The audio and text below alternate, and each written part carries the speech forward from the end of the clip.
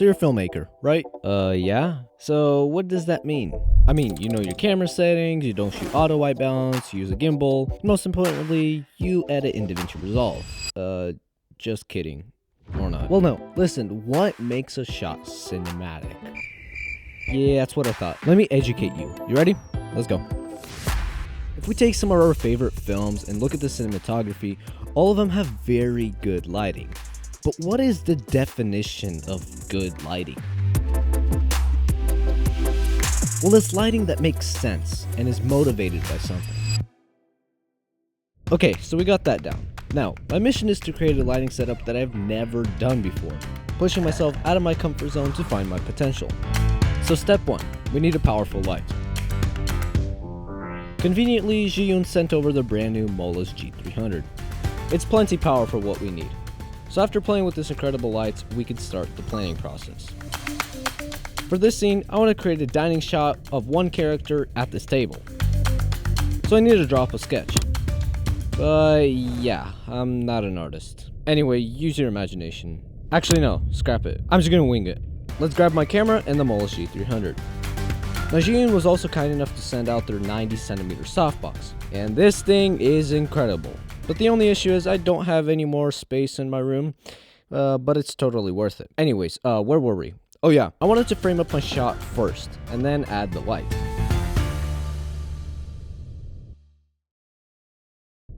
After that's done, we can place the light. I'm gonna put the G300 on a C-stand with sandbags, don't worry, I know, and shoot through the window at 3800 Kelvin. Now it's amazing that this light comes in two small components, meaning that the weight is distributed, so I don't have to have all the weight at the top of the C-stand. Anyways, we attached the included reflector dish to control the lights, and we're ready to do the indoors. So my initial reaction was, wow, that's sick, but some stuff was missing. I wanted some green in the shot. Here comes the plant. Yeah, much better, but I kinda wanted the plant lit up more. So I grabbed my $20 light and clamped it to a stand. There you go. Last thing, I'm feeling that we need a bit more bounce. I mean, it never hurts, really. And after dialing down all the settings, here's the hero frame.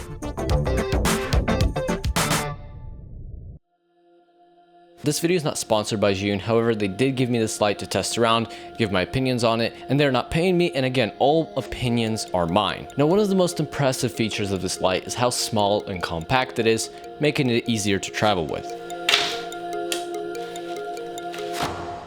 Lighting is the element in filmmaking that is so important to the mood of the film, that every filmmaker, no matter how good they are at the craft of filmmaking, needs to master.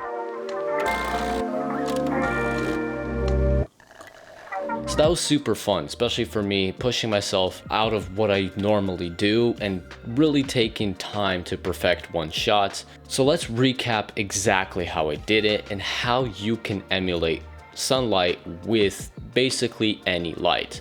Now step 1, you're supposed to have a decent power light. Now you could use the sun if it's in a favorable position. I mean, you at least need 120 to 200 watts. 300 is like the sweet spot, and if you get brighter, that's better. But the most important part is the color temperature. Now the sun is basically 5600 Kelvin, that's standard, so you could run it at that. Now I prefer to warm it up slightly, so what I usually do is warm up the light to 4000 to 3800 Kelvin.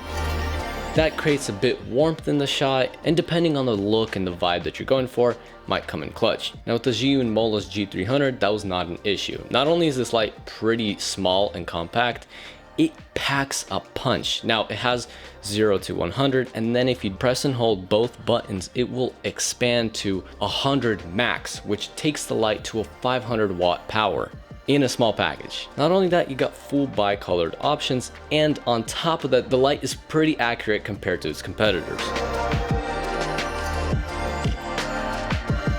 Overall, here are the things you need to know when recreating daylight. Number 1, get a C-stand, and you need to put the light pretty high up. So I got a C-stand. This one was probably $120, somewhere around that, on Amazon. It wasn't too bad. Now, once you buy a C-stand like this, you will use it forever. It's basically gonna serve your entire filmmaking career. I don't know why I didn't buy mine earlier. Next, you always wanna do sandbags. and raise it pretty much as high as you can. Angle it down with the reflector dish. Now what a reflector dish does is it basically focuses the light and makes it more powerful. So having one of these is an absolute must. Now who is this light for?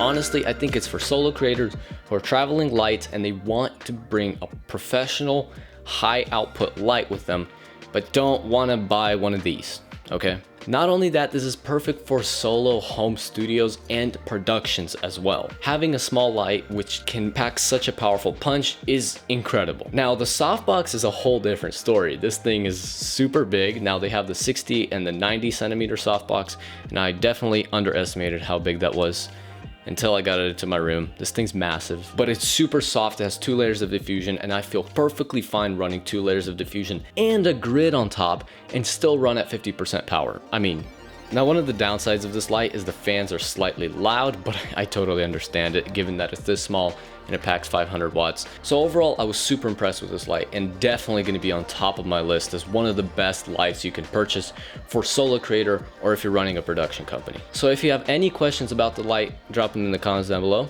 I'll see you guys next time.